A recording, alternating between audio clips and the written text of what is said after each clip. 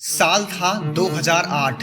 दिल्ली का एक छोटा सा कमरा, टेबल पर बिखरी हुई कुछ फाइलें, एक पुराना लैपटॉप और दो दोस्त, दीपेंद्र गोयल और पंकज चड्ढा। और बस यहीं से जोमेटो का असली खेल शुरू हुआ। अब तक सब कुछ बढ़िया चल रहा था, लेकिन हर सफर में कुछ मुश्किलें तो आती ही हैं। स्विगी ने आते ही फूड डिलीवरी बिजनेस में अपनी पकड़ बनानी शुरू कर दी। 2022 में कंपनी को जोमेटो गोल्ड सर्विस को लेकर एक बड़ी समस्या का सामना करना पड़ा। लेकिन कहानी यही खत्म नहीं हुई। आगे जो हुआ वो और भी जबरदस्त था।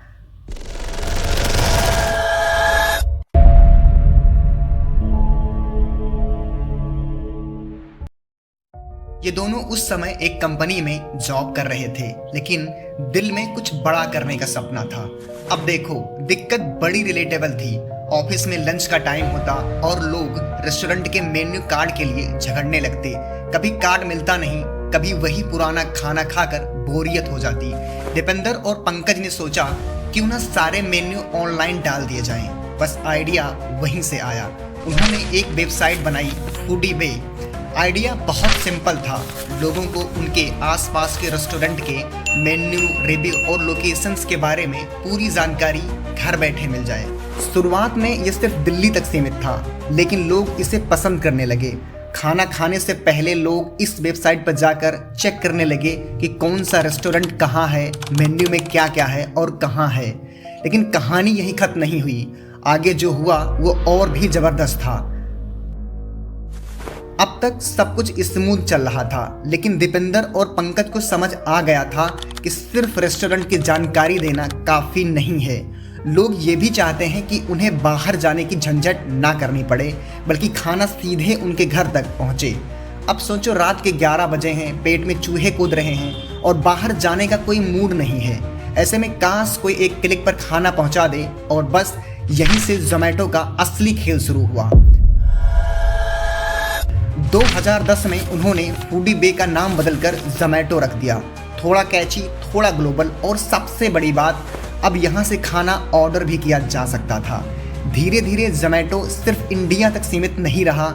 इसे लोगों का इतना प्यार मिला कि ये इंटरनेशनल लेवल पर भी फैलने लगा। हर कोई सोच रहा था, भाई ये तो कमाल कर दिया। लेकिन क्या सफ़र इतना आसान था? बिल्कुल नहीं। मुश्किलें भी आईं, कंपटीशन बढ़ा, लेकिन जोमेटो की टीम पीछे नहीं हटी। आगे जानेंगे कैसे ये स्टार्टअप एक अरबों की कंपनी बन गया। अब जोमेटो सिर्फ एक वेबसाइट नहीं, बल्कि लोगों की खाने की आदतों को बदलने वाला प्लेटफॉर्म बन चुका था। शुरुआत में दीपेंद्र और पंकज ने बड़े शहरों पर फोकस किया, जैसे दिल्ली, मुंबई, मैंगलोर और बाकी मेट्रो सिटीज़। रेस्टोरेंट के मेन्यू, फोटो और review all in one place. अब लोग बाहर जाने से पहले जोमेटो पर चेक करने लगे, यह जगह कैसी है, खाना वर्थ इट है या नहीं। और इसी के साथ जोमेटो तेज़ी से वायरल होने लगा। बात सिर्फ इंडिया तक नहीं रुकी। 2011 तक जोमेटो ने इंटरनेशनल मार्केट में एंट्री मार दी, दुबई, श्रीलंका और साउथ अफ्रीका। अब ये सिर्फ एक इंडियन स्टार्टअप नहीं, बल्कि एक ग्लोबल ब्रांड बनने की राह पर था। लेकिन ये तो बस शुरुआत थी। आगे जोमेटो ने ऐसे ऐसे बोल्ड मूव्स लिए जो इसे एक रेगुलर कंपनी से हटकर टेक जायंट बना देता है। तो आखिर कैसे जोमेटो बना एक अरबों की कंपनी और किन किन चैलेंजेस का सामना करना पड़ा, अगले पार्ट में जानेंगे पूरी कहानी। अब तक सब कुछ बढ़िया चल रहा था, लेकिन हर सफर में कुछ मुश्किलें तो आती ही हैं। और जोमेटो के लिए 2012 एक बड़ा टेस्ट लेकर आया। कंपनी को पता चला कि उनकी वेबसाइट पर कई रेस्टोरेंट की जानकारी गलत थी। कुछ जगहों के मेन्यू आउटडेटेड थे और कुछ की लोकेशन ही गलत दी गई थी। सोचो, कोई कड़क भूख में किसी जगह पर पहुंचे और वहां रेस्टोरेंट ही ना मिले। फ्रस्ट्रेशन तो लाजमी है। ग्राहकों की शिकायतें बढ़ने लगी और जोमेटो की क्रेडिबिलिटी दांव पर लग गई। अगर इस समस्या को जल्दी नहीं सुलझाया जाता तो गेम ओवर भी हो सकता था। लेकिन यही वो पल था जब जोमेटो ने साबित किया कि वो सिर्फ एक कंपनी नहीं, बल्कि एक भरोसेमंद ब्रांड बनना चाहता था। दीपेंद्र और पंकज ने तुरंत एक स्पेशल टीम बनाई, जिसका सिर्फ एक काम था, सारी जानकारी को अपडेट और सही रखना। धीरे धीरे लोगों का भरोसा वापस लौटा। अब जब कोई जोमेटो पर कोई रेस्टोरेंट देखता है तो उसे पक्का पता होता है कि वहां जाने पर वही मिलेगा जो उसने स्क्रीन पर देखा था। जोमेटो ने गिरकर उठना सीख लिया था। फिर 2014 में जोमेटो ने एक बड़ा और रणनीतिक कदम उठाया। कंपनी ने जोमेटो गोल्ड लॉन्च किया, एक सब्सक्रिप्शन बेस्ड सर्विस जिसे भारत में फूड इंडस्ट्री को एक नया मोड़ दिया। जोमेटो गोल्ड के तहत ग्राहकों को रेस्टोरेंट में एक्सक्लूसिव डिस्काउंट्स और ऑफर्स मिलने लगे। इसका मकसद था कि लोग बाहर खाने के लिए और ज़्यादा प्रेरित हों और रेस्टोरेंट को भी ज़्यादा ग्राहक मिलें। इस आइडिया ने तेज़ी से लोकप्रियता हासिल की। लोग जोमेटो गोल्ड मेंबरशिप लेने लगे, जिससे उन्हें बेहतरीन डील्स मिलने लगी। वहीं रेस्टोरेंट के लिए भी यह फायदेमंद साबित हुआ, क्योंकि इससे उनकी सेल्स बढ़ी। इस फैसले का असर जोमेटो की आमदनी पर भी साफ दिखा। जोमेटो गोल्ड ने कंपनी के रेवेन्यू को कई गुना बढ़ा दिया और इसे सिर्फ एक फूड डिस्कवरी प्लेटफॉर्म से आगे बढ़कर एक मजबूत बिजनेस मॉडल में बदल दिया। फिर 2015 तक जोमेटो फूड इंडस्ट्री में एक मजबूत नाम बन चुका था, लेकिन इसी साल उन्हें एक नई और बड़ी समस्या का सामना करना पड़ा। स्विगी ने आते ही फूड डिलीवरी बिजनेस में अपनी पकड़ बनानी शुरू कर दी। उनकी रणनीति बिल्कुल सीधी थी, तेज डिलीवरी, लाइव ट्रैकिंग और कैश ऑन डिलीवरी जैसी सुविधाएं। उन सुविधाओं ने ग्राहकों को तेजी से आकर्षित किया और देखते ही देखते स्विगी जोमेटो के लिए एक कड़ी प्रतिस्पर्धा बन गया। जोमेटो के पास अब दो ही रास्ते थे, या तो पीछे हटे या मुकाबला करे। उन्होंने दूसरा रास्ता चुना। कंपनी ने अपनी रणनीतियां बदली, डिलीवरी नेटवर्क को मजबूत किया और सर्विस को और बेहतर बनाया। इसी दौरान उन्होंने जोमेटो ऑर्डर को अपग्रेड किया और छोटे शहरों तक अपनी पहुंच बढ़ाने पर फोकस किया। इस छोटे शहर में जोमेटो स्विगी से पहले पहुंच गया, जिसने इस मार्केट में बने रहने में मदद की। 2015 में जोमेटो ने अपने बिजनेस को एक नया विस्तार दिया और फूड डिलीवरी के क्षेत्र में कदम रखा। कंपनी ने अपने ऐप में ऑनलाइन ऑर्डरिंग की सुविधा जोड़ी, जिससे ग्राहक सीधे ऐप के जरिए अपने पसंदीदा रेस्टोरेंट से खाना ऑर्डर कर सकते थे। इसके साथ ही जोमेटो ने अपनी खुद की डिलीवरी सर्विस भी शुरू की। पहले तक वे सिर्फ रेस्टोरेंट की जानकारी और रेटिंग देने तक सीमित थे, लेकिन अब वे ऑर्डर लेने से लेकर उसे ग्राहक तक पहुंचाने तक की पूरी प्रक्रिया संभालने लगे। स्विगी के मार्केट में आने के बाद जोमेटो को यह महसूस हुआ कि सिर्फ रेस्टोरेंट लिस्टिंग और व्यूज से आगे बढ़ना मुश्किल होगा, बल्कि डिलीवरी नेटवर्क को मजबूत करना और तेज सर्विस देना अब ज़रूरी था। इसी सोच के साथ उन्होंने अपनी रणनीतियां बनाई और देश भर में अपनी डिलीवरी सेवाओं का विस्तार करना शुरू किया। इस कदम ने जोमेटो को सिर्फ एक फूड डिस्कवरी प्लेटफॉर्म से full fledged food delivery company में बदल दिया और उन्हें सीधे स्विगी के साथ प्रतिस्पर्धा में ला खड़ा किया। लेकिन जोमेटो की असली ताकत सिर्फ डिलीवरी सर्विस में नहीं थी, बल्कि उनकी एडवांस्ड डेटा एनालिटिक्स और टेक्नोलॉजी में भी थी। उन्होंने एक स्मार्ट एल्गोरिदम तैयार किया जो ग्राहकों को उनकी पसंद और ऑर्डर हिस्ट्री के आधार पर उन्हें बेहतरीन रेस्टोरेंट और खाने के सजेशन देता था। इस टेक्नोलॉजी ने जोमेटो को बाकी कंपनियों से अलग बना दिया। ग्राहकों को वही ऑप्शन दिखाए जाते थे जो उनके टेस्ट और प्रेफरेंस के हिसाब से सबसे ज़्यादा रिलेटेबल होते थे। इससे न सिर्फ ऑर्डर देने की प्रक्रिया आसान हुई, बल्कि लोगों का अनुभव भी पहले से बेहतर हो गया। धीरे धीरे जोमेटो सिर्फ एक डिलीवरी प्लेटफॉर्म नहीं, बल्कि एक पर्सनलाइज्ड फूड एक्सपीरियंस देने वाली कंपनी बन गई। इस इनोवेशन की वजह से उनकी लोकप्रियता तेजी से बढ़ने लगी। 2018 में जोमेटो ने सिर्फ ग्राहकों के लिए ही नहीं, बल्कि रेस्टोरेंट के लिए भी एक बड़ा कदम उठाया।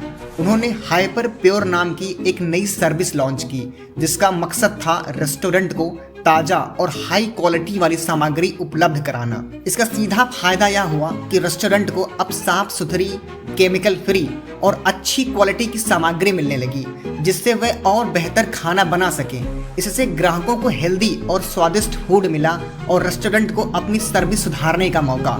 हाइपर प्योर ने जोमेटो को सिर्फ एक फूड डिलीवरी प्लेटफॉर्म से आगे बढ़कर एक end to end food supply chain company की दिशा में बढ़ाया। अब ये सिर्फ खाना ऑर्डर और डिलीवरी करने तक सीमित नहीं था, बल्कि फूड इंडस्ट्री की क्वालिटी सुधारने में भी अहम भूमिका निभाने लगे। यह इनोवेशन जोमेटो के लिए एक नया बिजनेस वर्टिकल बना और उन्हें मार्केट में और भी मजबूत कर दिया। फिर 2018 में जोमेटो ने एक और नई सर्विस लॉन्च की, जोमेटो इन्फिनिटी डाइनिंग। यह एक प्रीमियम डाइनिंग एक्सपीरियंस था, जहां ग्राहक एक फिक्स्ड प्राइस पर अनलिमिटेड डिशेस एंजॉय कर सकते थे। इसका मकसद उन लोगों को टारगेट करना था जो बाहर खाना खाने के शौक रखते हैं और अलग अलग रेस्टोरेंट के बेहतरीन खाने का मज़ा लेना चाहते हैं। यह आइडिया ग्राहकों को काफ़ी पसंद आया, खासकर उन लोगों को जो नए स्वाद ट्राई करने में दिलचस्पी रखते थे। इन्फिनिटी डाइनिंग के सफल होने से जोमैटो को अपनी आमदनी बढ़ाने का एक नया जरिया मिला। यह सिर्फ रेस्टोरेंट और ग्राहकों के लिए फायदेमंद नहीं था, बल्कि इससे जोमैटो का ब्रांड वैल्यू भी और मजबूत हुआ। इस इनोवेशन के जरिए जोमैटो ने डाइनिंग एक्सपीरियंस को भी एक नए लेवल पर ले जाने की कोशिश की। 2020 जोमैटो के लिए एक टर्निंग पॉइंट साबित हुआ। पूरी दुनिया कोविड-19 महामारी से जूझ रही थी और इसका सीधा असर फूड इंडस्ट्री पर भी पड़ा। लॉकडाउन के कारण रेस्टोरेंट बंद हो गए और लोग बाहर खाना ऑर्डर करने में भी हिचकने लगे। इससे जोमैटो के डिलीवरी बिजनेस को बड़ा झटका लगा, लेकिन जोमैटो ने हार नहीं मानी। उन्होंने जल्द ही अपनी रणनीतियां बदली और नए बदलाव के साथ आगे बढ़े। उन्होंने कॉन्टैक्टलेस डिलीवरी शुरू की, जिससे ग्राहक बिना किसी डायरेक्ट संपर्क के सुरक्षित तरीके से खाना मंगवा सकते थे। साथ ही उन्होंने जोमैटो प्रो और हाइपर प्योर जैसी सर्विसेज को और बेहतर बनाया, ताकि रेस्टोरेंट को भी इस मुश्किल वक्त में सपोर्ट मिल सके। इतना ही नहीं, जोमैटो ने ग्रोसरी डिलीवरी में भी कदम रखा और जोमैटो मार्केट लॉन्च किया, जिससे लोग घर बैठे किराने का सामान ऑर्डर कर सकते थे। यह एक अस्थायी समाधान था, लेकिन इससे कंपनी को अपने ऑपरेशंस जारी रखने में मदद मिली। महामारी के बाद जब चीज़ें सामान्य होने लगी, तब जोमैटो पहले से ज़्यादा मजबूत होकर उभरा। उन्होंने टेक्नोलॉजी में सुधार किया, अपने डिलीवरी नेटवर्क को और तेज बनाया और ग्राहकों का विश्वास फिर से जीत लिया। यह साल भले ही चुनौतीपूर्ण रहा, लेकिन जोमैटो के लिए नई संभावनाओं और सीखों से भरा हुआ था। इन बदलावों ने न सिर्फ जोमैटो को महामारी के दौर में टिके रहने में मदद की, बल्कि उन्हें एक मल्टी सर्विस प्लेटफॉर्म बनने की दिशा में भी आगे बढ़ाया। इससे यह साफ हो गया कि जोमैटो सिर्फ एक फूड डिलीवरी कंपनी नहीं, बल्कि लोगों की रोज़मर्रा की ज़रूरतों का हिस्सा बनना चाहती थी। लेकिन जोमैटो की सबसे बड़ी उपलब्धि 2021 में आई, जब उन्होंने अपना IPO लॉन्च किया। यह भारत में स्टॉक मार्केट में सबसे बड़े और बहुप्रतीक्षित IPOs में से एक था। जोमैटो का IPO निवेशकों के बीच इतना पॉपुलर हुआ कि यह कुछ ही घंटों में ओवर सब्सक्राइब हो गया।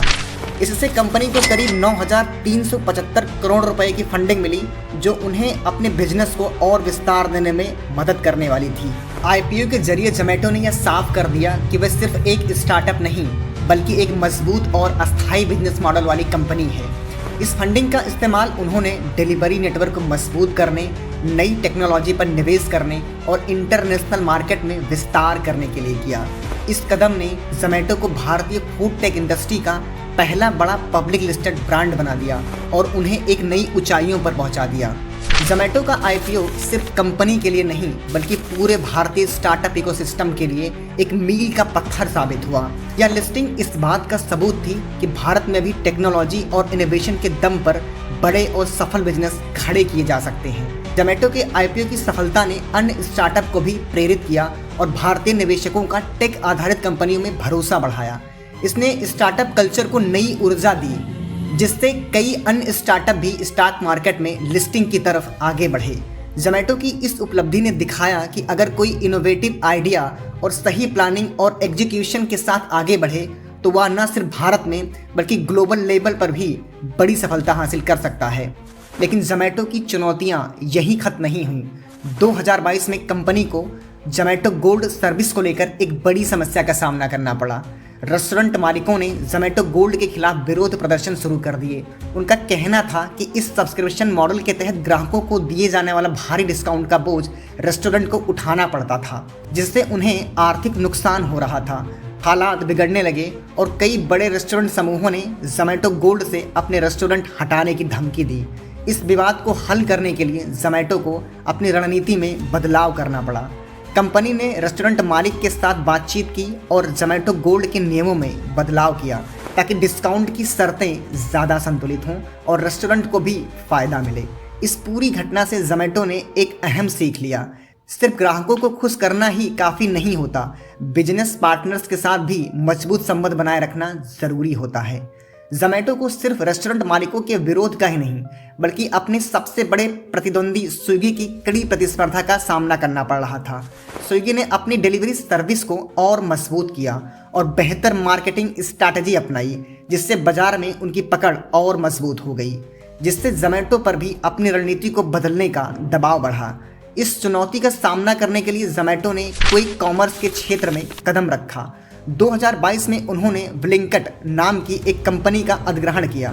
ब्लिंकिट एक क्विक डिलीवरी सर्विस है जो ग्राहकों को 10-15 मिनट के अंदर ज़रूरी सामान डिलीवर करता है। यह अधिग्रहण जोमैटो के लिए एक बड़ा कदम था, क्योंकि इसके जरिए उन्होंने सिर्फ फूड डिलीवरी ही नहीं बल्कि ग्रोसरी और अन्य ज़रूरी सामान की सुपर फास्ट डिलीवरी के मार्केट में भी अपनी जगह बना ली। 2023 में जोमैटो ने सस्टेनेबिलिटी और सामाजिक जिम्मेदारी पर भी फोकस करना शुरू किया। उन्होंने पर्यावरण को ध्यान में रखते हुए प्लास्टिक के उपयोग को कम करने की दिशा में कदम बढ़ाए और इको फ्रेंडली पैकेजिंग को बढ़ावा दिया।